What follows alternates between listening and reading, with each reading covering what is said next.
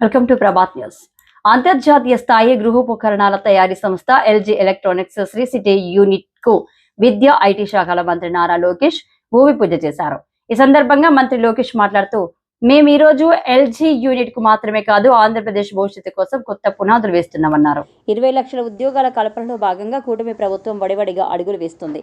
వివిధ కంపెనీలతో ఒప్పందాలు చేసుకుంటున్నది. రాజధానికి పలు కంపెనీలను ఆహ్వానిస్తున్నది.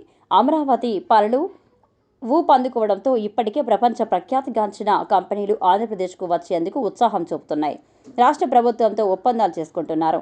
TCS, Google, BPCL, Reliance gas తదితర కంపెనీలు ఏపీకి విచ్చేసినందుకు ఆసక్తి కనబరుస్తున్నాయి.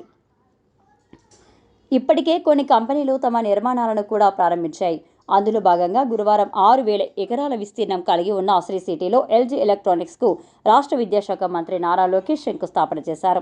5,000 కోట్ల పెట్టుబడితో 2,000 మందికి ఈ కంపెనీ ద్వారా ఉద్యోగాలు కల్పించనున్నారు. అంతేకాక 839 కోట్ల పెట్టుబడితో మరో 5 అనుబంధ యూనిట్లకు ఆయన శంకుస్థాపన చేశారు. ఈ సందర్భంగా వారి ప్రతినిధులతో మమేకమై ఈ పరిశ్రమకు సంబంధించిన అంశాలను చర్చించారు.